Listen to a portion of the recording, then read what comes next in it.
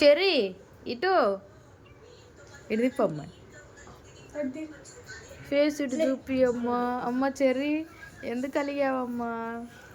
చెరిపండి, ఇటు తిరుగు, ఇటు తిరుగు. లేదులే కిట్టి, నువ్వు ఆగు.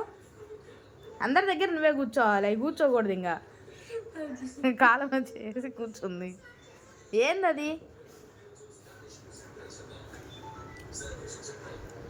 చెరిపండు, చెరిపండు. ఏంది ఇటు చూడవా? కొట్టుకోవాలి నువ్వు ఇద్దరు. చెరిపండు అలిగావా? ఎందుకు అలిగావు? ఇటు చూడు, ఇటు.